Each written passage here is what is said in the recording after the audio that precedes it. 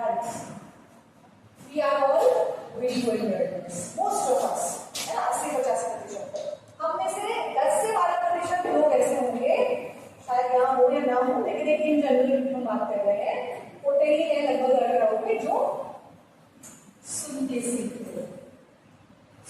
सीखने वाले, और जो सुन के सीखने वाले होते हैं ना, उन्हीं को हम एक एडजेक्टिव दे देते हैं which is called intelligent ones, because whatever is being conversed before them, जो भी बातचीत उनके इर्द गिर्द हो रही है, उनका कान इतना शार्प है क्योंकि ये वाला सेंसरी ऑर्गन उनका बाकी सेंस ऑर्गन से ज्यादा काम कर रहा है।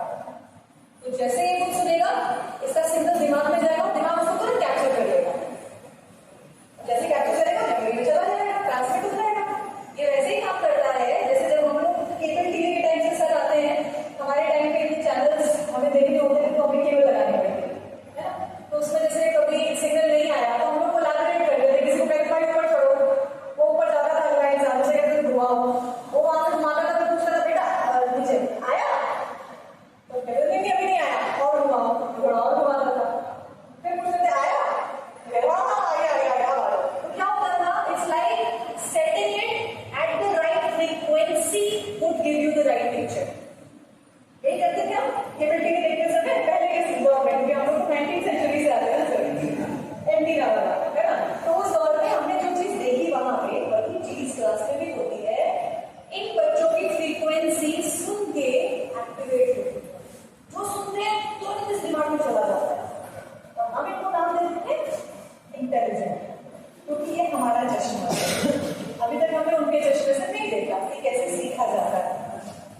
अच्छा, एक कैटेगरी बड़ी डेंजरस भी है, एक तरफ में बड़ी अच्छी लगती है, क्योंकि जैसे हमने कोई टॉपिक पढ़ाना शुरू किया, थोड़ा सा हमने पढ़ाया, उसके बाद एक आधे सवाल पूछे, मान लेते हैं आप इंटेलिजेंट है, मैंने आपसे सवाल पूछा, आपने मुझे आंसर दिया, तो जैसे मैं सुनूंगी कि आपने आंसर दिया, तो I will feel proud about you also, at the same time about my self, कि जो मैं पढ़ा रही हूँ बहुत अच्छा पढ़ा रही हूँ, इसीलिए तो बच्चे को समझ आया।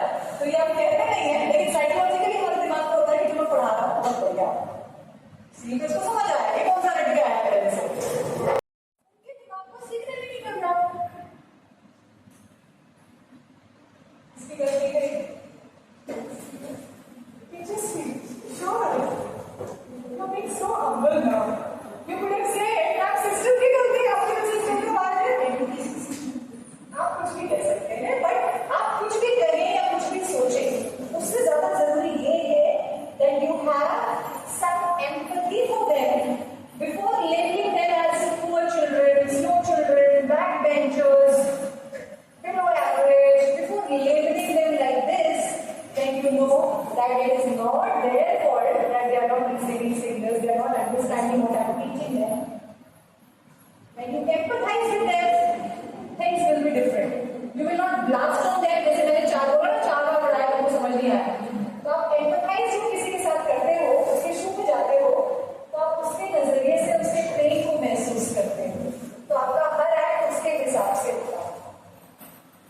इसका एक ही तरीका है, रिसर्च ये कहती है कि आप काइनेस्थेटिक चीजें लाओ अपने क्लास में, इसीलिए आपने सुना होगा नेशनल एजुकेशन पॉलिसी या न्यू एजुकेशन पॉलिसी कहती है that there has to be more of,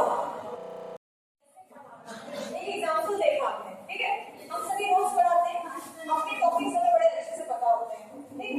अब हमारा थोड़ा सा चैलेंज ये है कि हमें अपने ग्रुप के साथ कम्युनिकेट करना है, आपस में डिस्कस करना है, और एक क्लास डिसाइड करना है कि हम किस क्लास का लेसन प्लान बनाने जा रहे हैं बीए के अप्रोच के हिसाब से, पहली चीज। दूसरी चीज, क्लास डिसाइड करने के बाद सब्जेक्ट क्या होगा और क्या पढ़ाएंगे। एक और एग्जाम्पल से समझाती हूँ, इजी बनाती हूँ इस एक्टिविटी को। मान लेते हैं मेरे ग्रुप ने डिसाइड किया कि हम ग्रेड 3 में गए हैं और हम पढ़ा रहे हैं सोलर सिस्टम, ठीक। तो सोलर सिस्टम में हम कितना पढ़ाना चाहते हैं ये भी हमारे ग्रुप वाले डिसाइड करेंगे। तो इसमें हो सकता है कि हम concept of rotation and revolution पढ़ाएं, उसमें हमारे ग्रुप का एक मेंबर कहेगा hello everyone I am blue in colour, and then the other fellow comes and say hello everyone I am sun, I am orange और yellowish in colour.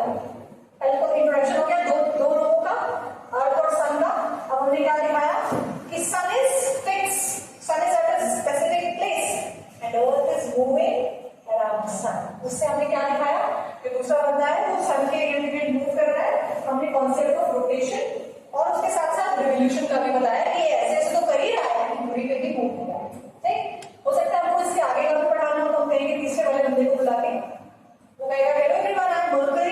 and green in color and the nearest planet to the Earth. So just an example. So this is how we are engaging kinesthetic learners with our topic. आपको आपके group में एक chart paper और एक marker pen दिया जाएगा. आप कितनी भी क्रिएटिविटी यूज करना चाहें, कुछ ड्रॉ करना चाहें उस पेपर पे, कुछ लिखना चाहें अपने विषय से संबंधित लिख सकते हैं, काट के कुछ बनाना चाहें, डेकोरेट करना चाहें डेकोरेट कर सकते हैं. अगर इसको यूज नहीं करना चाहते मत यूज कीजिए. No compulsion. But what we want is that we have to see your lesson plans which has three approaches: visual, auditory and kinesthetic.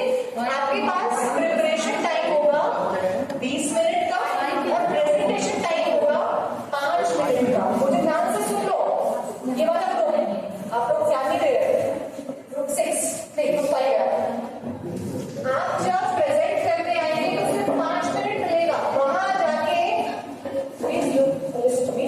वहां जाके आप ये नहीं बोलेंगे प्रेजेंटेशन के टाइम में सपोज ग्रुप 1 का प्रेजेंटेशन है, ग्रुप 1 कहेगा कि लो जी हमारा ये सब्जेक्ट है, अब हम ये ऐसे बताएंगे. हमको ये नहीं सुनना है आपसे. हमको क्या सुनना है? हम सभी बच्चे हैं उस क्लास के. सपोज किसी ने कहा कि हम फोटोसिंथेसिस पढ़ा रहे हैं, वी आर इन ग्रेड 6, तो आप कहेंगे group 1 we are presenting photosynthesis in grade 6. इतना इंट्रोडक्शन काफी है.